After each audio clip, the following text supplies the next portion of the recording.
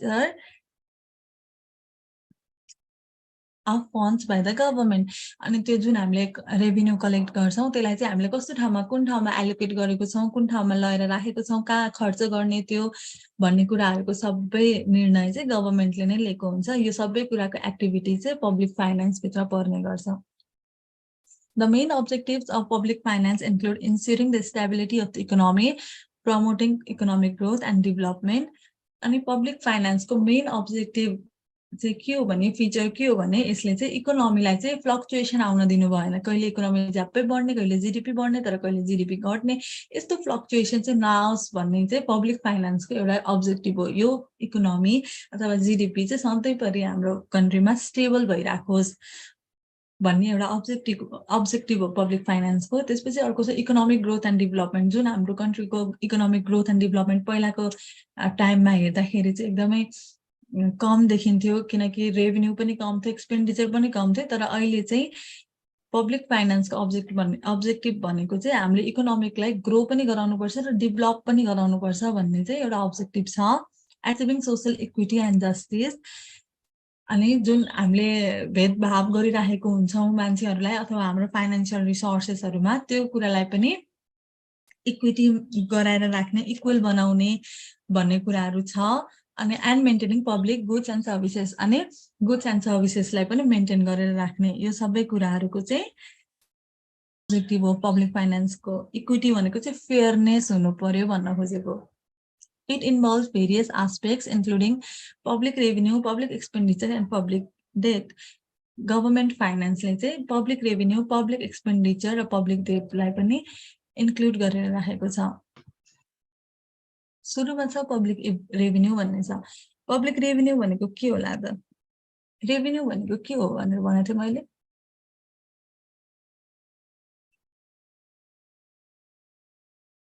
के हो revenue भनेको Revenue भनेको के हो students? Profit from capital. Public revenue refers to the money collected by the government through various sources, primarily taxes such as income tax, sales tax, corporate tax and custom duties. Public revenue, government को revenue भनेको चाहिँ के हो भने त्यो पैसाहरु जुन चाहिँ गभर्नमेन्टले collect गरेको हुन्छ तर कुन सोर्सेसबाट भने जुन हामीले ट्याक्सहरु तिर्छौं नि हो त्यो ट्याक्सबाट जुन मनी चाहिँ जुन अमाउन्ट जुन क्याश चाहिँ गभर्नमेन्टले कलेक्ट गर्छ त्यसलाई हामीले पब्लिक रेभिन्यू भन्छौं यसमा सुरुमा सोर्सेसहरुमा सुरुमा छ प्राइमरीली ट्याक्स भन्ने चाहिँ यो ट्याक्सहरुमा चाहिँ के छ भन्दाखेरि इन्कम ट्याक्स जुन जति हामीले कमाउँछौं त्यो कमाए बापत हामीले तिर्नुपर्ने पैसा ट्याक्स त्यसपछि सेल्स ट्याक्स भनेको जति हामीले बेच्छौं त्यसबाट त्यो बेचिसकेको आको प्रफिटबाट हामीले तिर्नुपर्ने ट्याक्स त्यसपछि कर्पोरेट ट्याक्स भन्ने छ कर्पोरेट ट्याक्स भनेको चाहिँ कर्पोरेट अर्गनाइजेसन्सहरुले जुन अर्गनाइजेसन चलाइराखेको हुन्छन् तिनीहरुले तिर्नुपर्ने ट्याक्स अनि कस्टम ड्युटीज भनेको चाहिँ एयरपोर्टमा लाग्ने चार्जेसहरु उता सामानहरु इम्पोर्ट एक्सपोर्ट गर्दाखेरि यो सबै ट्याक्सबाट जति अमाउन्ट आउँछ जति कलेक्ट गर्छन् गभर्नमेन्टले त्यसलाई चाहिँ हामीले पब्लिक रेभिन्यू भनेर भन्छौं other revenue sources may include fees fines and licences अनि यो चाहिँ सुरुमा पब्लिक रेभिन्यू भनेको चाहिँ ट्याक्सबाट कलेक्ट हुने पैसा भन्ने बुझ्यो तर ट्याक्स मात्र हुँदैन पब्लिक रेभिन्यूमा फीहरु जुन हामीले स्कुलहरुमा तिरेको फीहरु छ फाइन्सहरु जुन हामीले केही गलत काम गरे बापत तिर्ने पैसाहरु अथवा अनि लाइसेन्सहरु यो सबै कुराहरु पनि पब्लिक रेभिन्यू हो The government uses this fund to finance its operation and provide public goods and services अनि गभर्नमेन्टले यो जुन अमाउन्ट रेभिन्यू चाहिँ कलेक्ट गरेको हुन्छ त्यो पैसालाई चाहिँ हामी सिटिजन्सहरुलाई चाहिँ गुड्स एन्ड सर्भिसेसहरु प्रोवाइड गर्ने अनि हेल्थ केयर एजुकेसन अनि कन्ट्रीको इन्फ्रास्ट्रक्चर डेभलप गर्ने डिफेन्स गर्ने अनि डिफेन्स भनेको त्यो आर्मी तिरको कुराहरु हो डिफेन्स भनेको आफूले आफूलाई डिफेन्ड गर्नु कसैबाट अनि त्यसपछि मान्छेहरुलाई ह्युमन बीइङ्सहरुलाई सिटिजन्सहरुलाई सोशल वेलफेयर प्रोग्राम्सहरु दिने गर्छ त्यसपछि अर्को छ पब्लिक एक्सपेन्डिचर भनेको खर्च Public expenditure refers to the government's spending on goods, services, and programs to fulfill its responsibilities and meet the needs of the society. Public expenditure or government expenditure भनेको चाहिँ के हो भने त्यो पैसाहरू जहाँ चाहिँ गभर्मेन्टले चाहिँ जुन खर्च गरिरहेको छ, गभर्मेन्टले कुन ठाउँमा खर्च गर्छ भन्दाखेरि हामीलाई प्रोभाइड गर्ने गुड्स सर्भिसेस अनि हामीलाई जुन वेलफेयर प्रोग्राम्सहरू प्रोभाइड गरिरहेको छ, यो सबै त गभर्मेन्टले आफूले पुरा गर्नुपर्ने रेस्पोन्सिबिलिटिजहरू हो। हामी सिटिजन्सलाई गभर्मेन्टले पुरा गरिदिनु पर्ने रेस्पोन्सिबिलिटिज हो। गुड्स सर्भिसेस प्रोग्राम्सहरू दिने भनेको यो ठाउँमा खर्च भएको पैसाहरू चाहिँ पब्लिक एक्सपेन्डिचर भनिन्छ। It covers both current expenditures such as salaries, maintenance, and day-to-day operations. यो पब्लिक एक्सपेन्डिचरले चाहिँ दुईटा एक्सपेन्डिचरलाई इन्क्लुड गरेको छ। सुरुमा छ करेन्ट एक्सपेन्डिचर भन्ने छ। करेन्ट एक्सपेन्डिचर भित्र स्यालेरी, मेन्टेनेन्स अनि डे टु डे अपरेसन्स पर्छ भने अर्को छ क्यापिटल एक्सपेन्डिचर। क्यापिटल एक्सपेन्डिचर भनेको चाहिँ हामीले इन्भेस्ट गरेको जुन इन्फ्रास्ट्रक्चर, जुन हाइड्रो पावरहरूमा हामीले इन्भेस्ट गर्छौँ, जुन हाम्रो क्यापिटल इन्भेस्ट गर्छौँ, त्यो चाहिँ क्यापिटल एक्सपेन्डिचर हो। Public expenditure decisions are influenced by economic priorities, social needs, political consideration, and budgetary constraint. यो जुन पब्लिक एक्सपेन्डिचरको गभर्मेन्ट एक्सपेन्डिचरको जुन खर्च गरिरहेको छ गभर्मेन्टले, यसलाई चाहिँ के कुराले इन्फ्लुएन्स गर्छ, इफेक्ट गर्छ भन्दाखेरि इकोनोमिक प्रायोरिटिज, हाम्रो कन्ट्रीमा हुने जुन इकोनोमिक प्रायोरिटी छ, जस्तै हामीले इम्पोर्ट बढी गर्ने कि एक्सपोर्ट बढी गर्ने भन्ने कुराहरू, त्यो इकोनोमी रिलेटेड कुरा भयो। त्यसपछि हाम्रो ह्युमन बिङ्सलाई, सिटिजन्सलाई सोसाइटीमा चाहिएको निड्सहरू, अनि पोलिटिकल कन्सिडरेसन्स भनेको गभर्मेन्ट अहिले हाम्रो सरकार कुन छ भन्ने कुराले पनि धेरै म्याटर गरिरहेको हुन्छ कन्ट्रीको इकोनोमीलाई। अनि अर्को छ बजेटरी कन्स्टेन्ट। बजेटरी कन्स्टेन्ट भनेको चाहिँ जति आम्दानी छ नि मान्छेको त्यही बेसिसमा खर्च गर्ने कुरा हो। यो सबै कुराले चाहिँ पब्लिक एक्सपेन्डिचरलाई अफेक्ट गरिरहेको हुन्छ। अर्को छ public debt. Public debt refers to the accumulation of government borrowings over time. Public debt भनेको चाहिँ गभर्मेन्टले केही समयको लागि कसैसँग सापट लिएको पैसा, कुनै अरू कन्ट्रीसँग लिएको पैसा as a loan. Governments may borrow money by issuing bonds or taking loans from domestic and international sources to finance their expenditure, especially when tax revenues are insufficient. गभर्मेन्टले चाहिँ त्यस्तो बेलामा चाहिँ अरू कन्ट्री अथवा आफ्नै डोमेस्टिक सोर्सेसहरूमा पनि लोन लिन्छ, पैसा लिन्छ, जति बेला चाहिँ उसले चाहिँ आफ्नो सिटिजन्सहरूको एक्सपेन्डिचर्सहरू चाहिँ पुरा गर्न सक्दैन। उसको रेस्पोन्सिबिलिटी हो नि त हामीलाई गुड्स सर्भिसेस प्रोग्राम्सहरू दिलाउने, तर ट्याक्स रेभेन्यूबाट जति पैसा उठेको छ त्यो पैसाले चाहिँ यो सबै कुराहरू पुरा गर्न सकेन यदि गभर्मेन्टले भने, त्यस्तो अवस्थामा चाहिँ गभर्मेन्टले डोमेस्टिक अथवा इन्टरनेसनल सोर्सेसबाट लोनहरू लिन्छ, पैसा लिन्छ, दे बरो मनी।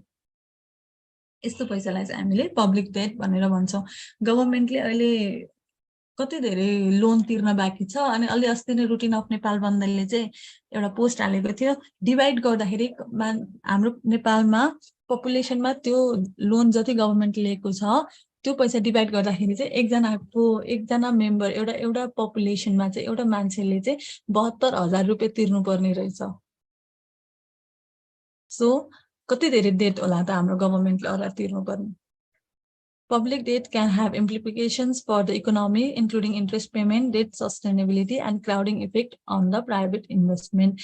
अनि यो पब्लिक डेटले चाहिँ के कुराको इकोनोमीको के कुरामा इफेक्ट गर्छ भने इन्ट्रेस्ट पेमेन्ट जुन हामीले ब्याज तिर्छौँ त्यो कुरामा, अनि यो डेट सस्टेनेबिलिटी भनेको जुन पैसा हामीले लोन लिएको छौँ त्यो चाहिँ कति लामो समयसम्म चलिराखेको छ भन्ने कुरा। अनि अर्को चाहिँ क्राउडिङ इफेक्ट भन्नु छ। के हो त क्राउडिङ इफेक्ट भनेको थाहा छ?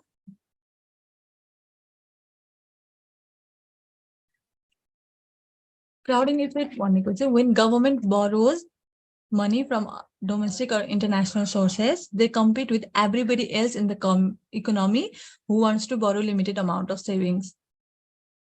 Crowding effect भनेको चाहिँ जब गभर्मेन्टले डोमेस्टिक अथवा इन्टरनेसनल सोर्सेसबाट लोन्स लिएको हुन्छ, उसले चाहिँ आफ्नो कन्ट्रीमा भएको एभ्री वानसँग चाहिँ इकोनोमीको एभ्री वानसँग जसले चाहिँ सेभिङ्सको पैसा बरो गर्न चाहेको हुन्छ उसँग कम्पिटिसन राख्छ। अनि यसले गर्दाखेरि चाहिँ जुन इन्ट्रेस्ट रेट हुन्छ नि ब्याङ्कले दिनुपर्ने त्यो चाहिँ इन्क्रिज हुन्छ। अनि जुन प्राइभेट इन्भेस्टमेन्ट हुन्छ नि मान्छेहरूले गर्छन् नि प्राइभेट इन्भेस्टमेन्ट, त्यो चाहिँ डिक्रिज हुन्छ क्राउडिङ इफेक्टले गर्दाखेरि। The study of finance analyses how government make fiscal policies manage public resources and make decisions that impact the economy and society as a whole. हामीले public finance चाहिँ किन पढ्नु पर्छ भने गभर्नमेन्टले कसरी फिस्कल पोलिसिजहरू बनाउँछ त फिस्कल पोलिसी भनेको the use of government spending and taxation to influence money economy गभर्नमेन्टले जुन स्पेन्ड गरिराखेको हुन्छ हाम्रो गुड सर्भिसेस एन्ड प्रोग्राममा अनि ट्याक्सेसन जुन हामीले तिरिराखेको छौँ त्यसले चाहिँ इकोनोमीमा कसरी इन्फ्लुएन्स गरिराखेको छ भन्ने कुरा चाहिँ फिस्कल पोलिसी हो अनि हामीलाई पब्लिक फाइनेन्स पढ्यौँ भने चाहिँ हामीलाई फिस्कल पोलिसीको बारेमा थाहा हुन्छ अनि पब्लिक रिसोर्सेसलाई कसरी म्यानेज गर्ने भन्ने कुरा थाहा हुन्छ अनि यो सबै कुरा थाहा भइसकेपछि हामीले डिसिजन लिन सक्छौँ जुन चाहिँ हाम्रो इकोनोमीको लागि राम्रो हुन्छ अनि हाम्रो सोसाइटीमा पनि प्रोस्पेरिटी आउँछ It also explores concepts like taxation, government budgeting, fiscal policy, public sector economics, and the distribution of resources. अनि पब्लिक फाइनेन्सले चाहिँ फिस्कल पोलिसीको बारेमा ट्याक्सको बारेमा अनि गभर्नमेन्टले कति बजेट रेभिन्यू छ कि क्यापिटल कति छ त्यो सबै कुराहरू अनि पब्लिक सेक्टरको इकोनोमिक अनि हामीसँग भएको रिसोर्सेसहरूलाई हामीले कसरी डिस्ट्रिब्युट गर्ने यो सबै कुराहरू चाहिँ पब्लिक फाइनेन्सले कभर गरेको हुन्छ The field of public finance helps government to design effective fiscal policies, promote economic stability and achieve desired social outcome. अनि पब्लिक फाइनेन्सलाई चाहिँ यदि हामीले राम्रोसँग स्टडी गरेर त्यसलाई इम्प्लिमेन्ट गर्न सक्यौँ भने चाहिँ हामीले इफेक्टिभ फिस्कल पोलिसी बनाउन सक्छौँ हाम्रो इकोनोमिक स्टेबिलिटी हुन्छ इकोनोमी फ्लक्चुएट भइराख्दैन अनि त्यसपछि हामीले जुन चाहेको आउटकम छ हाम्रो सोसाइटीको लागि हामीले त्यो चाहिँ अचिभ गर्न सक्छौँ त्यसपछि the sources of public revenue in Nepal public रेभिन्यूको बारेमा त बुझ्नुभयो है मैले यहाँ भनेको पब्लिक रेभिन्यू भनेको द्याट मनी जुन चाहिँ गभर्नमेन्टले कलेक्ट गर्छ सुरुको चाहिँ ट्याक्सेसबाट कलेक्ट गर्छ अनि अरू चाहिँ फी फाइनेन्स लाइसेन्सबाट कलेक्ट भएको मनीलाई चाहिँ पब्लिक रेभिन्यू भनिन्छ public revenue is defined as all incomes and receipts received by the government receipt भनेको के हो मैले अस्ति नै पढाएको थिएँ के हो रिसिट भनेको अकाउन्टमा पनि पढाएको थिएँ रिसिट भनेको the act or state of receiving money it is the state of receiving money इकोनोमीमा चाहिँ त्यो भनिन्छ हामीले रिसिटलाई अनि पब्लिक रेभिन्यू भनेको चाहिँ सबै जुन इन्कमहरू छ जुन पैसाहरू छ हामीले रिसिभ गर्नुपर्ने त्यो सबै कुरालाई एकैचोटि इन्क्लुड गर्नुपर्दा चाहिँ हामीले के भन्छौँ पब्लिक रेभिन्यू भन्छौँ the public revenue is also known as government revenue The government collects revenue from various sources to meet regular and development expenditure estimated in the budget every year. अनि budget भाषण गर्दाखेरि जति यो ठाउँमा खर्च गर्ने हो भनेर छुट्याएको हुन्छ गभर्नमेन्टले त्यो सबै कुरा त्यो एक्सपेन्डिचरलाई मिट अप गर्नलाई चाहिँ गभर्नमेन्टले रेभिन्यू कलेक्ट गर्नुपर्छ every year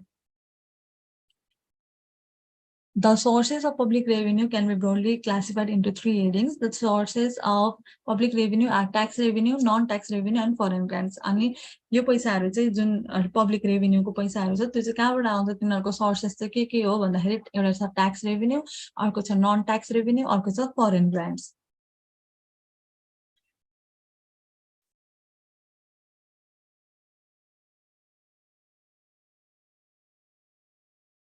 Tax revenue of this specific. A tax is a compulsory contribution to government by the taxpayer. It is the major source of government revenue in Nepal. जुन tax हामीले तिरिरहेको हुन्छ कर तिर्छौँ हामीले त्यो भनेको चाहिँ tax हो अनि यो चाहिँ हामी जुन ट्याक्स तिर्नुपर्ने मान्छेहरू छौँ जुन कर तिर्नुपर्ने मान्छे छ जुन हामीले कर तिरिसक्छौँ त्यो कर चाहिँ गभर्नमेन्टको मेन रेभिन्यू हुन जान्छ The share of tax revenue in Nepal was about 87% in total revenue in the fiscal year 2010-11. जुन हामीले ट्याक्स तिरिरहेको थियौँ जुन ट्याक्स रेभिन्यू थियो गभर्नमेन्टले कलेक्ट गर्ने त्यो चाहिँ टोटल रेभिन्यूको 87% थियो fiscal year 2010-11 अनुसार Taxes are broadly classified into two groups. Taxes को चाहिँ दुईटा ट्याक्स हुन्छ दुईटा टाइप्स हुन्छ सुरुमा छ डाइरेक्ट ट्याक्स यो मैले अस्ति नै पनि अलिकति छोटो तरिकाले भनेको थिएँ कुन च्याप्टर पढाउँदाखेरि डाइरेक्ट ट्याक्स भनेको चाहिँ हामीले डाइरेक्टली हामीसँग भएको प्रपर्टी ल्यान्ड अथवा केही कुराले डाइरेक्टली गभर्नमेन्टले तिर्नुपर्ने ट्याक्सलाई हामीले डाइरेक्ट ट्याक्स भन्छौँ Those tax levied on individuals or firms are called direct tax. It is believed that the actual burden of tax is borne by the individual or firm whom such tax is levied. The revenue collected from the following are direct tax. Direct tax भनेको चाहिँ जुन हामीले directly गभर्मेन्टलाई तिर्छौँ, पैसा नै तिर्छौँ भने चाहिँ त्यसलाई चाहिँ हामीले डाइरेक्ट ट्याक्स भनेर भन्ने गर्छौँ। डाइरेक्ट ट्याक्स चाहिँ कुन कुन कुराले हुँदो रहेछ, कुन कुन ट्याक्सलाई चाहिँ हामीले डाइरेक्ट ट्याक्स भन्दो रहेछौँ भने land revenue and registration tax. It is a major and regular source of revenue of the government. The government of Nepal charges certain percentage of direct tax on land and house registration. जति बेला हामीले जग्गा किन्छौँ अथवा घर दर्ता गर्छौँ ओडामा गएर, यो सबै जब हाम्रो घर आफ्नो नाममा भइसकेको हुन्छ या हाम्रो जग्गा आफ्नो नाममा भइसकेको छ भने चाहिँ त्यो पैसा जुन हामीले कर तिर्छौँ त्यो कुराको, त्यो ट्याक्स भनेको चाहिँ डाइरेक्ट ट्याक्स हो। त्यो चाहिँ हामीले डिरेक्टली गभर्मेन्टलाई तिर्नुपर्छ। अर्को छ tax on property, profit and income. These are also direct taxes. They are obtained from income tax, urban house tax, land tax, and tax on bank interest. जुन अनि अर्को चाहिँ के पर्छ भने यो ल्यान्ड र रजिस्ट्रेसन त भइहाल्यो, घर र जग्गाको पैसा जुन हामीले तिर्छौँ, कर तिर्छौँ, त्यसलाई चाहिँ हामीले डाइरेक्ट ट्याक्स भन्यौँ। अनि जुन हाम्रो प्रपर्टीहरू छ, जति हामीले प्रफिट कमाउँछौँ अथवा जति हाम्रो इन्कम छ, हामीले जे काम गरे बापत जति इन्कम आउँछ, अनि त्यसपछि अर्बन एरियाजमा भएको घरहरूको ट्याक्स, अनि ल्यान्डको ट्याक्स, जग्गाको ट्याक्स, अथवा ब्याङ्क इन्ट्रेस्टको जुन ब्याङ्कबाट आएको इन्ट्रेस्ट हुन्छ हामीलाई त्यसको ट्याक्स, यो सबै कुराहरू पनि डाइरेक्ट ट्याक्सभित्र पर्ने गर्छ। अर्को चाहिँ indirect taxes. Those taxes, the actual burden of which can be shifted to ultimate consumers, are called indirect taxes. The indirect taxes are such as following. Indirect tax भनेको चाहिँ डिरेक्टली हामीले गभर्मेन्टलाई तिर्नुपर्ने ट्याक्स होइन कि, हामीले पैसा तिर्नुपर्ने होइन कि, तर हामीले कन्ज्युम गरेको गुड्स एन्ड सर्भिसेसमा चाहिँ पहिले त्यो ट्याक्स जोडिएर आएको हुन्छ त्यो पैसा, अनि हामीले इन्डिरेक्टली चाहिँ त्यो ट्याक्स तिरिराखेको हुन्छौँ। सुरुमा छ customs. Customs is the major source of government revenue, which includes export tax, import tax, and Indian excise refund. जुन हामीले इम्पोर्ट अथवा एक्सपोर्ट गर्छौँ त्यो भन्सारमा तिर्नुपर्ने पैसा हो, त्यसलाई चाहिँ हामीले कस्टम भनेर भन्छौँ। कस्टम भनेको एयरपोर्ट रिलेटेड कुराहरू हो। अनि जुन गुड्स एन्ड सर्भिसेस हामीले एक्सपोर्ट गर्छौँ अथवा इम्पोर्ट गर्छौँ, अथवा Indian excise refund. Excise refund भनेको चाहिँ के हो भने indirect tax paid to government of Nepal by producers of goods. जुन प्रड्युसर्सहरू हुन्छन्, गुड्स एन्ड सर्भिसेस जसले प्रड्युस गरिरहेको हुन्छ, उनीहरूले गभर्मेन्टलाई तिर्नुपर्ने पैसा हो। यो सबै कुराहरू चाहिँ इन्डाइरेक्ट ट्याक्स हो। अर्को छ tax on consumption and production of goods and services. The government imposes various types of indirect taxes on goods and services. It comprises revenue from excise duty, sales tax, value-added tax, entertainment tax, contract tax, road tax, etc. अरू भनेको चाहिँ जुन consume गरिरहेको goods and services छ, हामी human बिङ्सले, हामी सिटिजन्सले एउटा इकोनोमीमा बसिसकेपछि त्यसबाट हामीले तिर्नुपर्ने ट्याक्स, त्यो हामीले डिरेक्टली तिर्नु पर्दैन। जस्तै कुनै एउटा, अब हामीले वाइवाई चाउचाउ खान्छौँ भने 20 रुपियाँ तिरेर खान्छौँ, तर त्यो 20 रुपियाँ तिर्दाखेरि हामीले ट्याक्स तिरिरहेको जस्तो लाग्दैन कि, तर हामीले त ट्याक्स तिरिरहेको हुन्छौँ। जुन वाइवाईको कम्पनी जुन चौधरी ग्रुपले चलाइरहेको छ, त्यो चौधरी ग्रुपले चाहिँ गभर्मेन्टलाई ट्याक्स तिर्छ। त्यो ट्याक्स चाहिँ कताबाट आउँछ भने जुन हामीले 20 रुपियाँको चाउचाउ खाइरहेको छौँ एक प्याकेट किन्दाखेरि, त्यसमा पनि हामीले ट्याक्स तिरिरहेको छौँ, अनि त्यो ट्याक्स लगेर चाहिँ तिर्ने हो चौधरी ग्रुपले गभर्मेन्टलाई। त्यो बाहेक अरू इन्टरटेनमेन्ट ट्याक्स, हामीले रोडमा हिँडिरहेको, हामीले रोड एक्सर्साइज गरिरहेको छौँ भने पनि त्यसमा पनि हामीले ट्याक्स तिरिरहेको छौँ। यो सबै कुराहरू चाहिँ इन्डाइरेक्ट ट्याक्सभित्र पर्ने गर्छ। अर्को छ नन ट्याक्स रेभिन्यू. यो त ट्याक्स रेभिन्यू थियो। Non-tax revenue is defined as the government revenue not generated from the taxes. जुन गभर्मेन्टले रेभिन्यू कमाउँछ तर ट्याक्स नतिरिकन, ट्याक्सबाट उठेको रेभिन्यू होइन कि, ट्याक्स बाहेक उठेका रेभिन्यूहरूलाई चाहिँ हामीले नन ट्याक्स रेभिन्यू भनेर भन्छौँ। The share of non-tax revenue in Nepal was about 13% in total revenue in the fiscal year 2010-11. अघि ट्याक्स रेभिन्यू चाहिँ टोटल रेभिन्यूको 87% थियो भने अहिले नन ट्याक्स रेभिन्यू चाहिँ 13% छ यो fiscal year 2010-11 अनुसार. Non-tax revenue has been classified into various sectors which are as follows. के हुँदो रहेछ त non-tax revenue भन्ने छ अर्को. Charges, fees, fines and forfeitures. Firm registration charge, arms registration charge, vehicle license, judiciary penalty and forfeiture administration, etc. are included under it. जुन हामीले vehicle गाडी चलाएको लाइसेन्सहरू अनि जुडिसियरी भनेको चाहिँ त्यो गभर्मेन्टको कुरा, अनि जुन हामीले केही गलत काम गरे बापत पेनाल्टी तिर्छौँ, अनि त्यसपछि कुनै यदि हाम्रो जस्तै बाख्रा पालन गरिरहेको छ भने त्यो एउटा फर्म भयो नि, त्यसलाई हामीले रजिस्टर गर्नु पर्यो भने त्यसको चार्ज, यो सबै चार्जहरू चाहिँ नन ट्याक्स रेभेन्यू भित्र पर्ने गर्छ। अर्को छ receipts from sale of commodities and services. This includes drinking water charges, irrigation charges, electricity charges, postal charges, and income from food and agricultural sector, educational sector, transportation and communication sector. अनि यो receipts from sale of commodities and services भनेको चाहिँ जुन हामीले use गरिरहेको कन्जम्पसनहरु छ, हामीले पानी पिउँछौं त्यसको चार्ज, अनि इरिगेसन भनेको एग्रिकल्चरमा त्यो पानी चलाएको चार्ज, हामीले इलेक्ट्रिसिटी युज गरिरहेको छौं त्यो, अनि त्यसपछि हामीले पोस्टल चार्ज भनेको यदि कुनै लेटरहरु पठाइरहेको छौं पोस्ट अफिसबाट भने त्यो, अनि त्यसपछि हामीले फुड र एग्रिकल्चरबाट कमाउने इन्कम, अनि हामीले पढिरहेको स्कुल एन्ड कलेजमा तिर्ने फीहरु त्यसमा पनि ट्याक्स लागिरहेको हुन्छ। अनि ट्रान्सपोर्टेसन र कम्युनिकेसनहरु यो सबै कुराहरु चाहिँ नन ट्याक्स रेभेन्यू भित्र पर्ने गर्छ। अर्को छ dividend. Dividend from government enterprises in finance, commercial sector, industrial sector, service sector and other sector com under this heading. जुन हाम्रो कमर्शियल ब्याङ्क्सहरु, इन्डस्ट्रियल ब्याङ्कहरु छ नेपालमा हो, अनि सर्भिस दिने सेक्टर्सहरु छ, यो गभर्नमेन्ट इन्टरप्राइजेसहरुले चाहिँ डिभिडेन्ड तिरिरहेको हुन्छ गभर्नमेन्टलाई। यो भनेको चाहिँ नन ट्याक्स रेभेन्यू हो गभर्नमेन्टको लागि। अर्को छ royalties and sale of fixed asset. Income received from natural resources of the country is included under this heading. The government also receives income by selling its own fixed assets such as land, building, etc. जुन income चाहिँ हाम्रो natural रिसोर्सेसबाट generate भइरहेको छ त्यसलाई चाहिँ हामीले रोयल्टीज भनेर भन्छौं। त्यो चाहिँ नन ट्याक्स रेभेन्यू भित्र पर्छ। हाम्रो कन्ट्रीले नेचुरल रिसोर्सेसहरु युज गरेर जुन इन्कम जेनेरेट गर्छ त्यसलाई हामीले रोयल्टीज भनेर भन्छौं।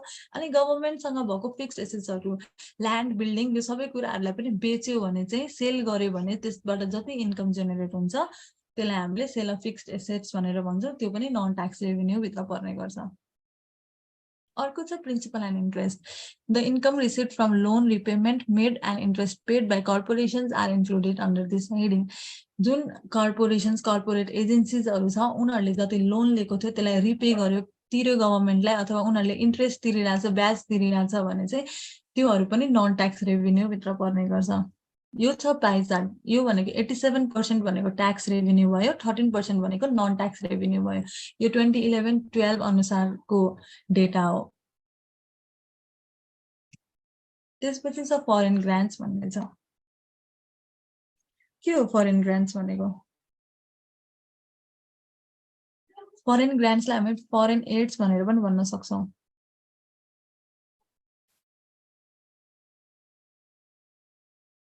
Foreign grants are any type of assistance that one country voluntarily transfer to another, which can take the form of a gift or a loan. जुन चाहिँ हामीलाई अरु कन्ट्रीजहरुले एज अ गिफ्ट अथवा एज अ लोन चाहिँ ल केही समय पैसा चलाउनु भनेर या बजेट दिइराखेको हुन्छ, त्यसलाई चाहिँ हामीले फरेन ग्रान्ट्स भनेर भन्छौं। बिहान न्यूज देखाएको थियो रुटिन अफ नेपाल बन्दमा, कतिवटा भैँसी दियो अरे इन्डियाले एग्रिकल्चर सेक्टरमा इम्प्रुभ गर्नको लागि भनेर हो। त्यो जुन दिएको छ एज अ गिफ्ट त्यसलाई पनि हामीले फरेन ग्रान्ट्स भनेर भन्ने गर्छौं। In addition to the above sources, foreign grants have been the major sources of Nepalese economy, even though it is not a source of income. यो foreign grants अथवा foreign aid चाहिँ हाम्रो source of income नभए पनि नेपालको इकोनोमीले चाहिँ यसलाई रेभेन्यूको रूपमा जेनेरेट गरेर युज गर्न सक्छ।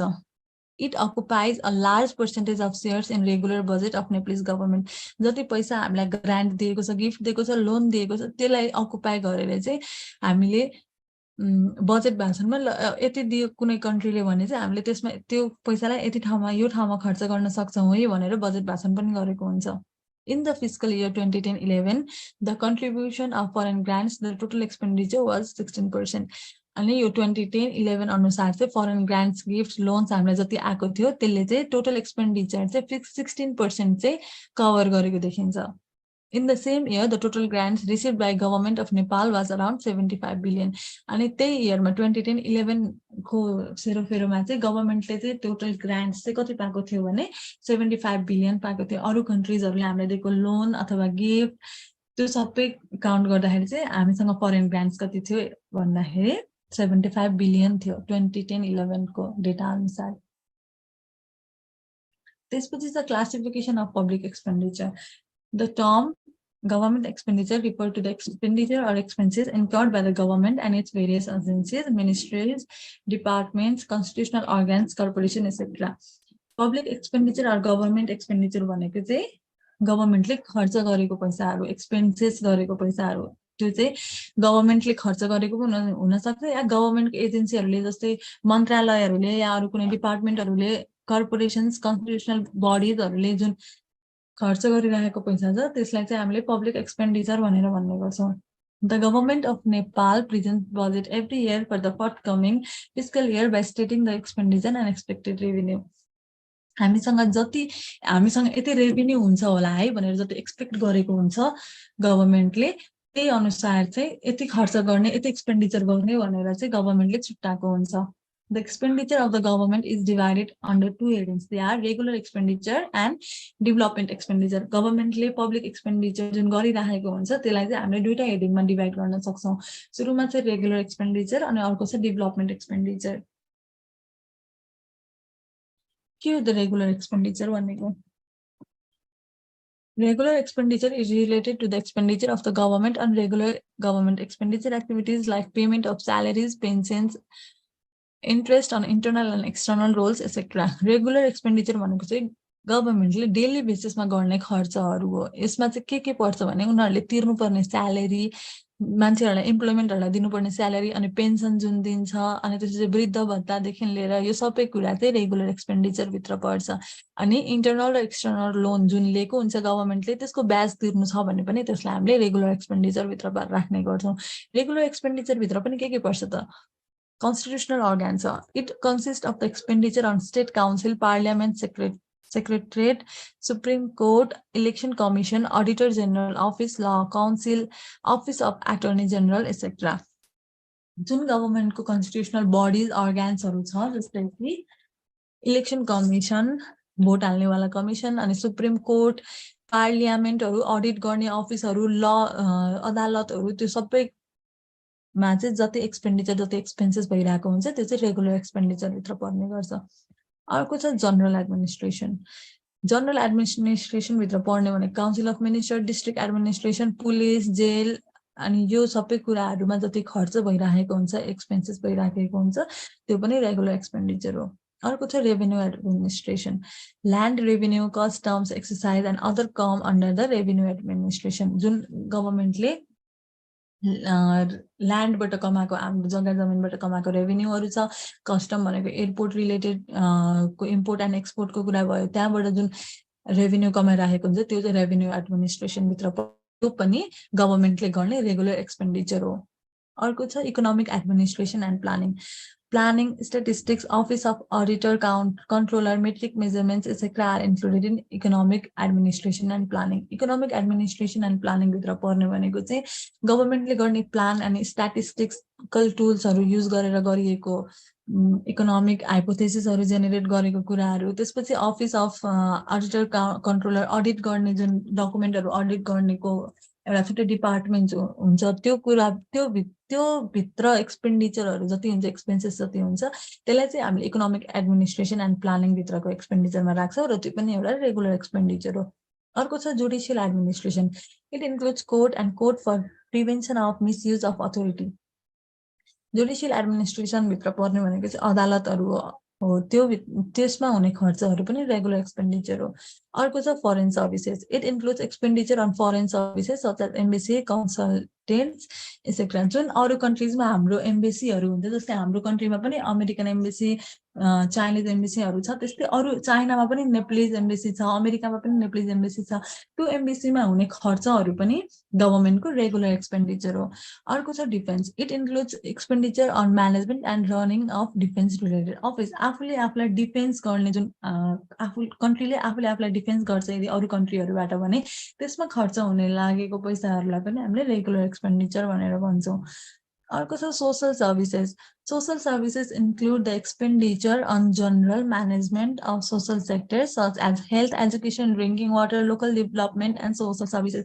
जुन गभर्नमेन्टले हामीलाई दिइराखेको फेसिलिटिजहरू हुन्छ जस्तै हेल्थ, एजुकेसन, ड्रिङ्किङ वाटर अथवा हाम्रो सोसाइटीको लागि दिएको डेभलपमेन्ट एन्ड सर्भिसेसहरू यो पनि गभर्नमेन्टको रेगुलर एक्सपेन्डिचर हो। अर्को छ economic services. The expenditure on economic services is divided into agriculture, irrigation, land reform, forest, topography, industry and mines, transport, communication, electricity. गभर्नमेन्टले यो इकोनोमिक सर्भिस हामीलाई जुन दिइराखेको हुन्छ, इकोनोमिक सर्भिसभित्र पर्ने भनेको चाहिँ agriculture, irrigation, land reform, forest, topography, industry, mines, transportation, communication, electricity, यो सबै इकोनोमिक सर्भिसेसहरू जुन गभर्नमेन्टले हामीलाई प्रोभाइड गरिराखेको हुन्छ, यो भनेको चाहिँ गभर्नमेन्टको रेगुलर एक्सपेन्डिचर हो। अर्को छ loans and investment. It includes the expenditure on loan repayment and investment done by the government. गभर्नमेन्टले लोन तिर्नुपर्ने, जुन लोन लिइसकेको हुन्छ त्यसलाई फेरि रिपेमेन्ट गर्नुपर्ने अथवा त्यो रिपेमेन्ट नगरिकन इन्भेस्ट गरिराखेको कुनै कुराहरू छ अथवा त्यसमा तिर्नुपर्ने ब्याजहरू छ भने त्यसलाई चाहिँ हामीले रेगुलर एक्सपेन्डिचर भनेर भन्छौँ। अर्को छ miscellaneous. Miscellaneous consist of diverse things. यसमा धेरै कुराहरू कन्सिस्ट भएको हुन्छ, इन्क्लुड भएको हुन्छ। Traveling expenses of dignitaries and government, delegation, pension allowance, hospitality, emergency fund, donation, and reward and other are included in expenditure on miscellaneous. Miscellaneous भनेको हामीले जुन इन्टरटेनमेन्ट हैन, ट्राभलिङ एक्सपेन्सेस भनेको ट्राभल गर्दाखेरि लाग्ने खर्चहरू, अनि गभर्नमेन्टको डेलिगेसन, पेन्सन जुन गभर्नमेन्टले मान्छेहरूलाई दिइराखेको हुन्छ, अनि मान्छेहरूलाई हस्पिटालिटीको फेसिलिटिज जुन दिइराखेको हुन्छ, अनि डोनेसन दिइराखेको हुन्छ, अनि रिवार्ड्सहरू पनि दिइराखेको हुन्छ कुनै अर्गनाइजेसन्सहरूले, हो त्यस्तो चाहिँ गभर्नमेन्टको रेगुलर एक्सपेन्डिचर भित्र पर्ने गर्छ। अर्को छ development expenditure. Development expenditure refers to those economic development activities of the country which are link to the expansion of capital formation of the country. Development expenditure भनेको चाहिँ त्यस्तो खर्चहरू हो, त्यस्तो एक्टिभिटिज हो गभर्नमेन्टले गर्ने जुन चाहिँ भर्खरै इनिसिएट नभए पनि, अहिले खर्च भए पनि भोलि पर्सि चाहिँ त्यो कुराले चाहिँ क्यापिटल फर्मेसन गरिराखेको हुन्छ, कन्ट्रीलाई इकोनोमिकमा हेल्प गरिराखेको हुन्छ, इकोनोमीलाई क्यापिटल दिइराखेको हुन्छ भने त्यस्तो खर्चहरूलाई हामीले डेभलपमेन्ट एक्सपेन्डिचर भन्छौँ। It is related to a long term expenditure on development programmes. यो चाहिँ एउटा लङ टर्म सस्टेनेबल खालको एक्सपेन्डिचर हो। Development expenditure falls under the following headings. Development expenditure भित्र पनि के पर्दो रहेछ त? सुरुमा छ constitutional organs. It includes the expenditure incurred on infrastructure development of Supreme Court, Election Commission, Department of Auditor General and Public Service Commission. जुन हामीले सुप्रिम कोर्टहरू, इलेक्सन कमिसनहरू जुन बनाएको हुन्छौँ त्यसको इन्फ्रास्ट्रक्चर्सको लागि, डेभलप गर्नको लागि जति खर्च भएको हुन्छ त्यो भनेको चाहिँ डेभलपमेन्ट एक्सपेन्डिचर हो। अहिले त्यो कुरामा सुप्रिम कोर्टमा, इलेक्सन कमिसनमा हाम्रो गभर्नमेन्टले एक्सपेन्सेस गरिराखेको छ भने पनि भोलि पर्सि गरे हामीलाई इकोनोमीमा हेल्प गर्ने भनेको यही सुप्रिम कोर्ट, इलेक्सन कमिसनहरूले गर्दा हो। त्यसैले चाहिँ यसलाई हामीले लङ टर्म एक्सपेन्डिचर भनेर भन्छौँ। अर्को छ general administration. It includes the expenditure made on administrative reforms of government organisation. Government अर्गनाइजेसनको एडमिनिस्ट्रेटिभ रिफर्महरूले गर्ने खर्चलाई चाहिँ हामीले जनरल एडमिनिस्ट्रेसन भनेर भन्छौँ। अर्को छ इकोनोमिक एडमिनिस्ट्रेसन एन्ड प्लानिङ। जुन गभर्नमेन्टले आफ्नो कन्ट्रीको लागि प्लानहरू बनाइराखेको हुन्छ, अनि त्यसपछि controlling mechanism, decision making, economy related हो, त्यो सबै कुराहरू चाहिँ इकोनोमिक एडमिनिस्ट्रेसन एन्ड प्लानिङ भित्र पर्छ। त्यो चाहिँ डेभलपमेन्ट एक्सपेन्डिचर हो। अर्को छ social services. It includes a development expenditure made on health, education, drinking water and local development. यसमा चाहिँ हामीलाई गभर्नमेन्टले गर्ने खर्चहरू जस्तै अघि चाहिँ के थियो भने directly health, education, drinking water, local development and social सर्भिसेसमा जुन हामीलाई खर्च गरिराखेको छ गभर्नमेन्टले त्यसलाई चाहिँ हामीले रेगुलर एक्सपेन्डिचर भनौँ। तर यो सबै कुराहरू बनाउनको लागि जति खर्च भएको हुन्छ डेभलप गर्नको लागि त्यसलाई चाहिँ हामीले सोसल सर्भिसेस भित्रको एक्सपेन्डिचरमा राख्छौँ र त्यो चाहिँ डेभलपमेन्ट एक्सपेन्डिचर हो। अर्को चाहिँ economic services. It includes the development expenditure made on agriculture, forestry, industry, communication, transportation and electricity. जुन इकोनोमिक सर्भिसेसहरू हामीलाई गभर्नमेन्टले अघि प्रोभाइड गरेको थियो नि, यो agriculture, forestry, transportation, communication, electricity, त्यो चाहिँ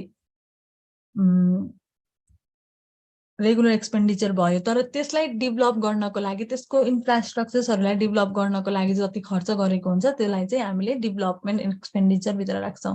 अनि अर्को छ मिसलेनियस। मिसलेनियसमा पनि अघि के थियो, पेन्सन अलाउन्सहरू, वृद्ध भत्ता, अनि त्यसपछि बेरोजगार भत्ताहरू जुन हामीले डिरेक्टली दिइरहेको हुन्छ गभर्मेन्टले, त्यसलाई चाहिँ हामीले रेगुलर एक्सपेन्डिचर भन्यौँ। तर यो डेभलप गर्नको लागि पनि, यो रिवार्ड दिनको लागि पनि, यो डोनेसन दिनको लागि पनि जुन खर्च, जुन डेभलप गर्नको लागि गभर्मेन्टले खर्च गरिरहेको हुन्छ त्यसलाई चाहिँ हामीले डेभलपमेन्ट एक्सपेन्डिचर भनेर भन्छौँ।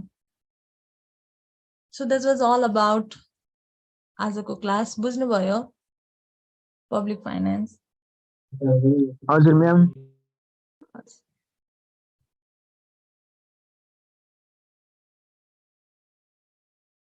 त्यसो भए क्वेसन हेर्दै गर्नुहोस् है एकैछिन।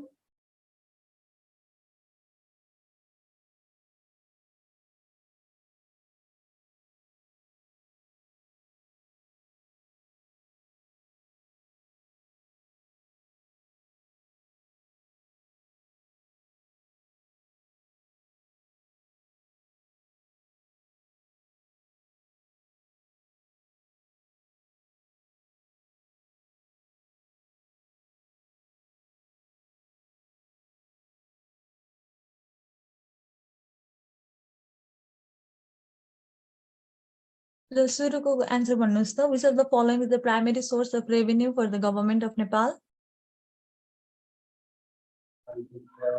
Value added tax. Value added tax हो। अरूले एन्सर भन्नुहोस् त। Income tax. इन्कम ट्याक्स हो। त्यसपछि छ which of the following organization is responsible for preparing the annual budget of Nepal? कुन अर्गनाइजेसनले चाहिँ बजेट भाषण गरेको थाहा पाउनुहुन्छ हजुरहरूले भन्नुहोस् त। Ministry of finance. Ministry of finance. त्यसपछि चाहिँ what is the main objective of fiscal policy in Nepal?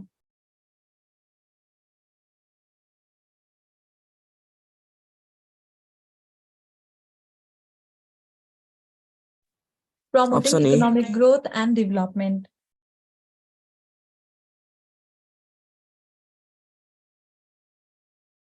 Which of the following taxes is imposed on the income earned by individuals and business in Nepal?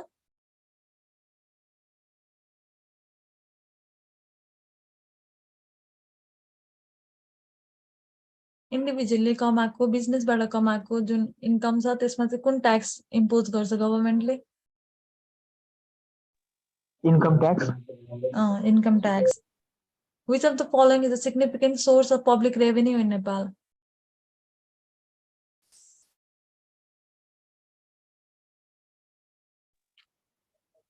Option C.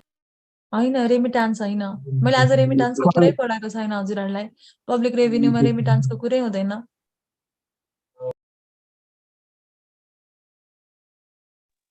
Foreign एडलाई हामीले foreign grants पनि भन्छौँ। त्यो पनि public रेभेन्यूको एउटा source हो। Which of the following is a non-tax source of public revenue in Nepal?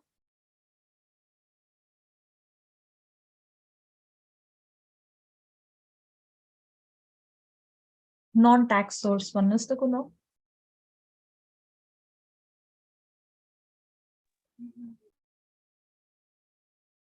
Royalties from natural resources. 7 नम्बरको भन्नुहोस्। Revenue from which sector in Nepal is generated through the sale of lottery tickets and gambling activities? Entertainment sector. Entertainment sector. Yes. Public expenditure can be classified into which of the following categories?